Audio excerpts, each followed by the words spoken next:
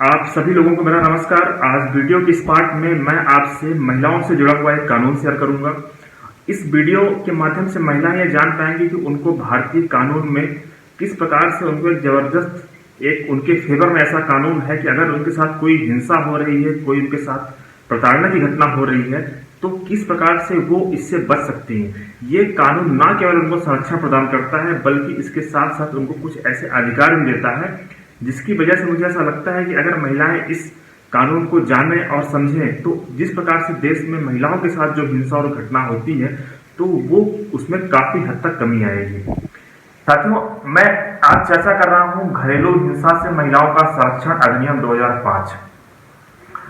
मैं आपको इस वीडियो के माध्यम से विस्तार से बताऊंगा कि इस कानून के अंतर्गत महिलाओं को किस प्रकार से संरक्षण प्रदान किया गया है और जैसा कि इसमें बताया गया है, इसका जो नाम है घरेलू हिंसा से महिलाओं का संरक्षण, इस कानून में न केवल महिलाओं को संरक्षण प्रदान किया गया है बल्कि उसके साथ साथ उनको अधिकार भी दिए गए हैं। उस अधिकार को भी आप इस वीडियो में जान पाएंगे। इसके अलावा आपको इस वीडियो में जानने को ये मिलेगा कि आखिर जो हिंसा शब्द उपयोग किया गया, हिंसा शब्द के अंतर्गत कौन कौन सी घटनाएं आती हैं। केवल मारपीट ही नहीं बल्कि अन्य घटनाएं भी आती हैं जिनको आप समझ पाएंगे। इसके अलावा अगर आप इस अधिनियम के अंतर्गत कोर्ट में एप्लीकेशन फाइल कर रही हैं तो आपको किस धारा के अंतर्गत एप्लीकेशन फाइल करना चाहिए और उसके साथ साथ आपको और कौन कौन सी धारा के अंतर्गत एप्लीकेशन फाइल कर सकती हैं, जिससे आपको न केवल संरक्षण मिलेगा बल्कि आपको आपके अन्य अधिकार भी उन कह सकते हैं उन सेक्शन के माध्यम से आप कोर्ट से रिक्वेस्ट कर सकती हैं कि आपको उनके अंदर ही आपको अनुतोष दिलाया जाए। तो हम शुरू करते हैं। सबसे पहले हम समझते हैं कि आखिर ये जो कानून है ये इसका आधार क्या है। साथियों, हमने देखा है कि महिलाओं के साथ जिस प्रकार से घटनाएं होती हैं और बेसिकली जिस प्रकार से महिलाओं के साथ अगर वो मान लीजिए कि खासकर अगर मैरिज के बाद अगर जब ससुराल जाती है तो उनके साथ जिस प्रकार से उनके साथ प्रताड़ना हो, दहेज हो, मारपीट हो, उनको अलग अलग तरीके से उनको डिमोटिवेट किया जाए, उनके साथ अलग अलग तरीके से टॉर्चर किया जाए, तो उन सब घटनाओं को देखते हुए ये कानून बनाया गया है। अब इसमें जो शब्द यूज किया गया है हिंसा, हम सबसे पहले समझते हैं कि आखिर हिंसा के अंतर्गत क्या क्या आता है, किस बात को इस कानून में हिंसा माना गया है। अमूमन हमें ऐसा लगता है कि अगर कोई हमारे साथ मारपीट कर रहा है तो वो हिंसा होगी, बात बिल्कुल सही है, लेकिन उसके अलावा और भी इसमें अलग अलग तरीके से हिंसा बताई गई है। अगर आपके साथ भी कुछ इस तरह की घटनाएं हो रही हैं तो आप भी समझ जाएं कि ये भी घटना हिंसा ही कही जाएगी। आप स्क्रीन पे देखिए, मैं आपको डिस्क्राइब कर रहा हूँ किस किस तरीके से घटनाएं हिंसा के अंतर्गत आएंगी। इसमें सबसे पहले जो डिफाइन किया गया है वो है शारीरिक हिंसा। अगर किसी भी महिला के साथ शारीरिक हिंसा हो रही है तो उसे इस कानून के अंतर्गत संरक्षण प्राप्त है। और शारीरिक हिंसा में जैसे मारपीट करना, थप्पड़ मारना, ठोकर मारना, दांत से काटना, लात मारना, मुक्का मारना, धक्का मारना, धकेलना या फिर किसी अन्य रीति से उसको परेशान करना जिसके उसके शरीर को नुकसान या क्षति पहुंचे। अब इसके अलावा दूसरा है लैंगिक हिंसा। लैंगिक हिंसा में साथियों ऐसा बताया गया है कि आपको कोई अश्लील साहित्य या फिर ऐसी कोई सामग्री या फिर ऐसी कोई तस्वीर देखने के लिए मजबूर करना। इसके अलावा आपके साथ ऐसा कोई दुर्व्यवहार करना, आपको अपमानित करने का या नीचा दिखाने का प्रयास करना, वो भी कुछ ऐसा लैंगिक प्रकृति का कार्य करना जिससे कि आपको प्रतिष्ठा को नुकसान पहुंचता हो। जैसे मान लीजिए कि आपका कोई वीडियो बनाना, इस प्रकार से कोई वीडियो बना रहा है जिससे आपकी प्रतिष्ठा को चोट पहुंचेगी, इस तरह की जो घटनाएं हैं। या फिर इसके अलावा बालकों के साथ लैंगिक दुर्व्यवहार, अगर मान लीजिए जो बालकों के साथ किसी भी प्रकार से जो सेक्सुअल ऑफेंस होते हैं इस प्रकार से अगर कोई घटनाएं हैं तो इसमें वो लैंगिक हिंसा के अंतर्गत मानी जाएंगी। इसके अलावा साथियों जिसमें जो तीसरा है वो सबसे महत्वपूर्ण आप कह सकते हैं कि इस तरह की घटनाएं अमूमन होती रहती है लेकिन लोगों को लगता है कि हिंसा नहीं होगी, लेकिन इस तरह की घटनाएं भी हिंसा मानी गई है इस कानून में। ये है मौखिक और भावनात्मक हिंसा। इसके अंतर्गत जो बताया कि जैसे मान लीजिए आपका कोई अपमान कर रहा है, आपको जलील कर रहा है, आपको गाली दे रहा है, आपके चरित्र पर कोई सवाल उठा रहा है। मान लीजिए कि कोई पुरुष संतान ना होने पर कोई ये बोलता है कि नहीं, आपकी अगर पुत्री है, आपको कोई पुत्र नहीं हो रहा इसलिए आपके ऊपर आरोप लगाना, आपको अपमानित करना, दहेज के लिए आपको परेशान करना, आपको नौकरी ना करने देना या फिर आपको नौकरी छोड़ने के लिए परेशान करना, या फिर मान लीजिए कि ऐसी कोई घटना कि कोई व्यक्ति मिलना चाहता है उसको आपसे मिलने से रोकना, या फिर मान लीजिए कि आत्महत्या करने की धमकी देना, या फिर इसके अलावा अन्य कोई घटनाएं जो भी हैं जो कि मौखिक तरीके से की जा रही है, जो आपको परेशान करती हैं, तो वो आपके इसके अंतर्गत आएंगी। इसके अलावा जो अगला जो कैटेगरी बताई गई है वो है आर्थिक हिंसा। आर्थिक हिंसा के अंतर्गत जैसे मान लीजिए आपके और आपके बच्चों के लिए धन उपलब्ध न कराना, आपके और आपके बच्चों को खाना, कपड़ा, दवाइयां जो बेसिक नीड है उसकी पूर्ति ना करना, आप कोई रोजगार कर रही हैं तो उसको ना चलने देना, उसको रोकना, आप अगर कोई रोजगार कर रहे हैं तो उसको आप ऐसा करना कि आप ना कर पाए, आपकी जो वेतन है, जो आपको इनकम मिल रही है उसको ले लेना, या फिर मान लीजिए ऐसे कोई जो साधारण घरेलू कपड़े, वस्तुओं, चीज को इस्तेमाल करने से रोकना। और यदि मान लीजिए कि यदि किराए के मकान में आप आवास कर रहे हैं तो किराए के मकान को पे ना करने देना। इस प्रकार की जो भी घटनाएं हैं वो आप कह सकते हैं कि वो हमारे आर्थिक हिंसा में बताई गई हैं। साथियों, मुझे उम्मीद है कि आपको ये बात समझ में आ गई होगी कि हमारे देश में ये जो कानून है इसमें हिंसा को किस प्रकार से परिभाषित किया गया है। अब आपके साथ इसमें किसी भी प्रकार से अगर कोई हिंसा हो रही है तो आप समझ जाएं कि आपको भी इस कानून के अंतर्गत संरक्षण प्रदान किया जा सकता है। अब हम बात करते हैं अगले पॉइंट की कि आपको किस प्रकार से इसका एप्लीकेशन फाइल करना है, किस धारा के अंतर्गत फाइल करना है और किस किस प्रकार से आप कोर्ट से रिलीफ की डिमांड कर सकती हैं, रिलीफ की रिक्वेस्ट कर सकती हैं कि आपको ये रिलीफ दिया जाना चाहिए। साथियों, ये जो एप्लीकेशन फाइल होता है ये धारा 12 के अंतर्गत फाइल किया जाता है और हमारे कानून में एक डिस्क्राइब फॉर्मेट दिया गया है। उसमें अलग अलग तरीके से आपके सवाल पूछे जाते हैं। ये फॉर्मेट आपको कहीं से मिल सकता है और मैं इस फॉर्मेट का लिंक जो है डिस्क्रिप्शन बॉक्स में ऐड कर दूंगा। आप वहां से क्लिक करके इसको देख सकते हैं कि इस फॉर्मेट में किस अलग अलग कैटेगरी से किस सवाल पूछे गए हैं। एग्जाम्पल दे रही है कि आपके साथ किस प्रकार की हिंसा हुई, आर्थिक हिंसा हुई, अगर आर्थिक हिंसा हुई तो उसमें किस प्रकार की हिंसा हुई। जैसे हमने आपको बताया, हमने आपको जितने भी पॉइंट बताए हैं हिंसा के, हर पॉइंट उसमें एक्सप्लेन किए गए हैं और उसमें आपको टिक लगाना होता है कि आपके पास किस प्रकार से हिंसा हुई है।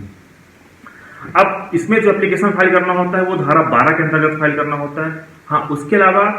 आपको इस कानून के अंतर्गत जो अधिकार दिए गए हैं, आपको अगर धारा 12 का एप्लीकेशन आप फाइल कर रही हैं और आपके साथ अगर हिंसा हुई है तो मुझे लगता है कि आपको धारा 18, धारा 19, धारा 20, धारा 21 और धारा 22 के अंतर्गत भी आपको कोर्ट से रिक्वेस्ट करना चाहिए कि आपको रिलीफ दिलाया जाए। अब साथियों, हम देखते हैं कि धारा 18, 19, 20, 21, 22 ये महत्वपूर्ण क्या है, क्यों है और इसमें ऐसा क्या बताया गया है जिससे कि महिलाओं को उनके अधिकार के बारे में एक प्रकार से कह सकते हैं कि उनको एक अधिकार देता है कि वो कोर्ट से और रिक्वेस्ट कर सकते हैं कि उनको ये भी चीजें दिलाई जाए। धारा 18 को समझते हैं। धारा 18 यह प्रावधानित करती है कि प्रथम दृष्टया यह समाधान हो जाने पर कि घरेलू हिंसा हुई है या होने की संभावना है, इस प्रकार से जिस भी व्यक्ति के साथ हिंसा हुई है उसको संरक्षण प्रदान करता है। आप यह कह सकते हैं कि इस धारा के अंतर्गत महिला को और उसके बच्चे को ये संरक्षण प्रदान किया जाता है मजिस्ट्रेट के द्वारा कि उसको कोई भी व्यक्ति परेशान ना करे, उसके साथ कोई भी हिंसा ना करे। दूसरा है जो 18 के अंतर्गत ही आएगा, अगर मान लीजिए कि कोई भी महिला ये बोलती है कि उसका जो स्त्री धन है, जो वो जब शादी हुई है, शादी के बाद उसके पिताजी ने जो उसको दिया था स्त्री धन है, वो स्त्री धन उसे लौटाया जाए, तो वो इसी धारा के अंतर्गत कोर्ट से रिलीफ के लिए रिक्वेस्ट कर सकती है कि उसे इसका स्त्री धन लौटाया जाए। हाँ, आपको एक बार यहाँ पे ध्यान रखने की जरूरत है कि आप जिस भी स्त्री धन की डिमांड कर रही हैं तो आपको उस स्त्री धन की रिसिप्ट भी कोर्ट में प्रस्तुत करनी पड़ेगी साक्ष्य के रूप में, क्योंकि हमने बहुत सारे केस इस तरह के देखे हैं जहां पे महिलाएं ये बोलती हैं कि हमारे स्त्री धन में हमें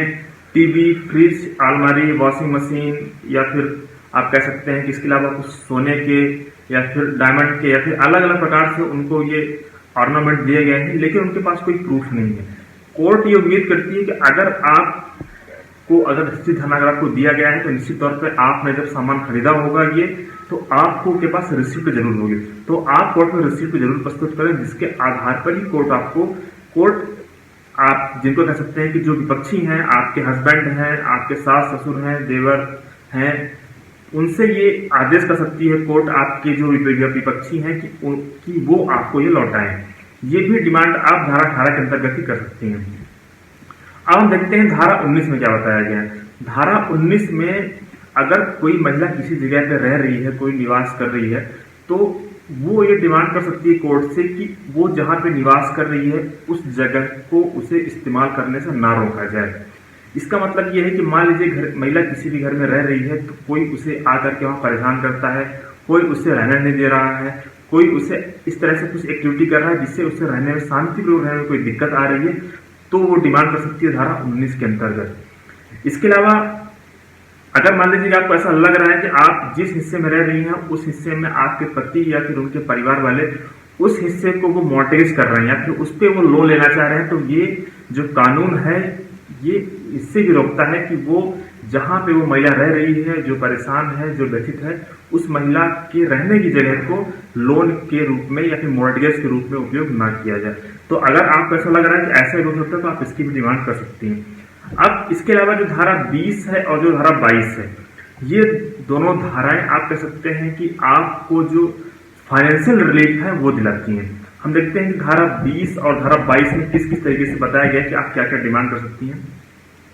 धारा 20 और धारा 22 में आप अपने लिए और अपने बच्चे के लिए भरण पोषण की डिमांड कर सकती हैं कि आपको हर महीने इतना पैसा दिलाया जाना चाहिए।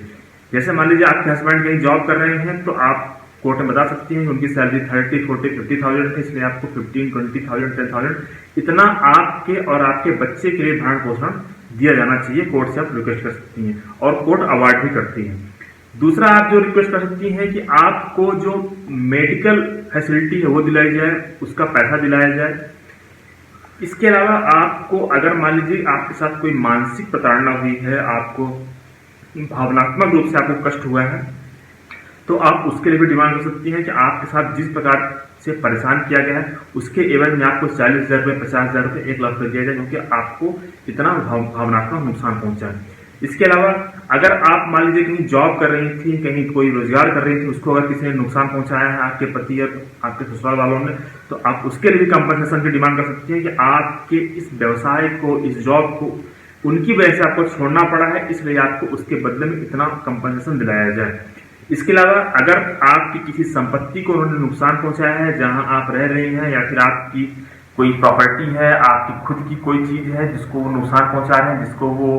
कह सकते हैं कि तोड़ फोड़ रहे हैं, तो आप कोर्ट से रिक्वेस्ट कर सकती हैं कि आपको इसके अंतर्गत भी रिलीफ दिलाया जाए। तो हमने आपको जो बताया धारा 18, 19, 20, 21, 22 आप जब भी एप्लीकेशन फाइल करें तो इनके अंतर्गत आप जरूर फाइल करें, क्योंकि आप जब तक कोर्ट में इनके अंतर्गत एप्लीकेशन फाइल नहीं करेंगे तब तक हमारे यहाँ जो कोर्ट में जो कॉन्सेप्ट है कि नो प्लीडिंग नो रिलीफ, अगर आपने जो दावा प्रस्तुत किया है, जो अपना प्लेंट प्रस्तुत किया है कोर्ट में, अगर उसमें आपने इन पॉइंटों का जिक्र नहीं किया कि आपको धारा 18 के अंतर्गत एक्सक्लूजन दिलाया जाए, धारा 19 के अंतर्गत आपको जो प्रॉपर्टी है उसको लोन के रूप में न उपयोग किया जाए, धारा 20 के अंतर्गत आपको जो भावनात्मक रूप से आपको जो नुकसान पहुंचा है धारा 20 और 22 के अंतर्गत उसके लिए आपको कंपनसेशन दिलाया जाए। अगर आप ये रिक्वेस्ट नहीं करेंगी तो आपको रिलीफ नहीं दिया जाएगा। इसलिए आप इस बात पर ध्यान जरूर रखें कि आप इस रिलीफ को कोर्ट से जरूर रिक्वेस्ट करें कि आपको ये रिलीफ दिलाई जाए। मुझे उम्मीद है कि आपको हमने जो बताया आपके समझ में आया होगा। अगर आपके कुछ और भी सवाल हैं तो आप मुझे कमेंट कर सकते हैं, कमेंट करके बता सकते हैं। आप इस चैनल को सब्सक्राइब करें ताकि आने वाले टाइम में मैं आपके कानूनी अधिकारों से संबंधित जो भी वीडियो अपलोड करूं आप तक वो जानकारी पहुंच सके, और आपके साथ साथ और भी जो लोग हैं जो जरूरतमंद हैं जिनके साथ इस तरह की घटनाएं हो रही हैं वो इससे बच सके और इस कानून को समझ सके, जिसके लिए कि हमारे लेजिस्लेशन ने इसको बनाया है और जिससे कि महिलाएं इससे लाभान्वित हों। धन्यवाद।